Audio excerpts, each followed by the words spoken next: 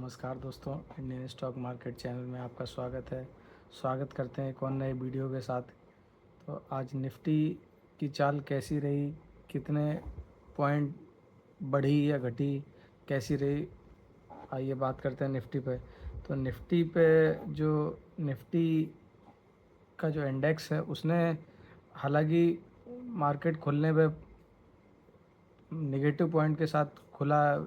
डा gift Nifty भी Nifty भी नेगेटिव दिखा रहा था। शुरुआत में 70 पॉइंट के आसपास नेगेटिव खुला और काफ़ी करीब 12 बजे तक प्लस माइनस होते होते होते लास्ट में वो 0.03% यानी 57 पॉइंट की रिकवरी के साथ 24,894 पर बंद हुआ।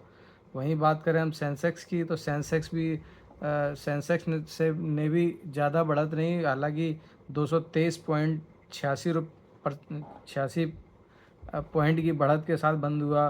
वहीं निफ्टी मिड कैप भी लगभग 1% के आसपास, निफ्टी 50 भी लगभग आधा % के आसपास। तो निफ्टी जो है हालांकि दूसरे दिन हरे निशान पॉजिटिव पॉइंट के साथ बंद हुआ और इस पे सपोर्ट भी डाउ जोन का सपोर्ट रहा। डाउ फ्यूचर पॉजिटिव में, जिस समय निफ्टी बंद हो रहा था उस समय डाउ जोन फ्यूचर में पॉजिटिव में चल रहा था। तो निफ्टी इस तरह से मतलब पॉजिटिव नोट पर बंद हुआ। वहीं Nifty metal, Nifty IT, Nifty realty ने ज़रूर कुछ पॉइंट का 1 पॉइंट के नेगेटिव क्लोज के साथ बंद हुआ, लेकिन जितने भी सिनेरियो थे, निफ्टी के जितने इंडेक्स थे निफ्टी के जितने इंडेक्स थे वो सारे पॉजिटिव पॉइंट पे बंद हुए। और वहीं बात करें अगर टॉप गेनर में भी कल्याण ज्वेलर्स ने आज तकरीबन 5 साढ़े 5% के आसपास बंद हुआ। दोस्तों, एक और खबर आ रही है जो कि काफ़ी अच्छी खबर है, खुश कर देने वाली, आप लोगों को खुश कर देने वाली खबर है। खबर ये आ रही है कि जो 2024 में सरकार ने जो बैन लगाया था एडिबल ऑयल पे, वो बैन एक्सपोर्ट पे जो लगाया था वो बैन हटाने की, वो निर्मला सीतारमण ने उस बैन को हटाने की बात कही। और जिससे कि अगर एक्सपोर्ट हट गया तो हम लोगों किसानों को बहुत फ़ायदा होगा, इकनॉमी में भी बहुत फ़ायदा होगा। तो ये बहुत बढ़िया खबर है, इकनॉमी को बूस्ट करने वाली खबर है।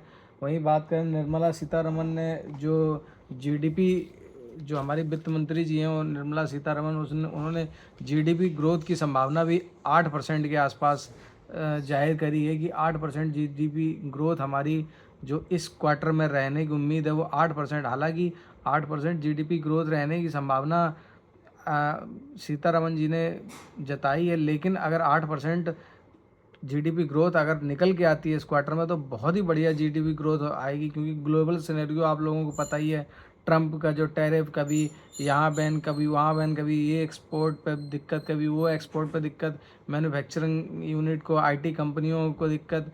तो इन सब परेशानियों के बावजूद अगर 8% की जीडीपी ग्रोथ आई तो अपने आप में ये बहुत ही ज़बरदस्त जीडीपी ग्रोथ होगी। और आपको ही पता है इंडिया ज़बरदस्त जीडीपी ग्रोथ पिछले कई सालों से, मोदी की गवर्नमेंट में कई सालों से कर रहा है।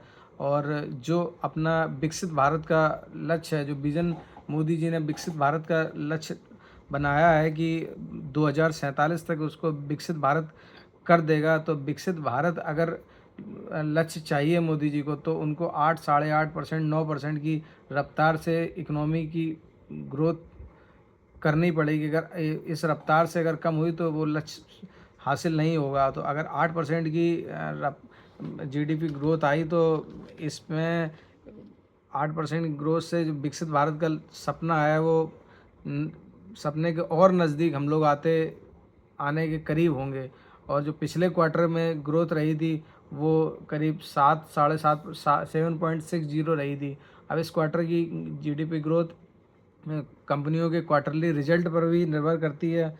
और कंपनियों के रिजल्ट जो हैं उनमें मोदी जी ने काफ़ी बूस्ट उनको, चाहे वो सीआरआर कट हो, चाहे और कोई फैसिलिटी हो, चाहे कंजम्पशन पे भी बहुत ही ज़्यादा फोकस किया है, लोगों के हाथ में पैसा दिया है, चाहे वो इनकम टैक्स की छूट करके, चाहे जीएसटी छूट करके लोगों के हाथ में बहुत ज़्यादा से ज़्यादा मोदी चाहते हैं, या वित्त मंत्री चाहते हैं कि ज़्यादा से ज़्यादा लोगों के हाथ में पैसा हो। जितना ज़्यादा लोगों के हाथ में पैसा रहेगा उतना कंजम्पशन बढ़ेगा, और कंजम्पशन बढ़ेगा तो इकोनॉमी बूस्ट करेगी। इकोनॉमी बूस्ट करेगी तो विकसित भारत के जो लक्ष्य सजा के रखा है, उस लक्ष्य के हम लोग और नज़दीक होते चले जाएंगे।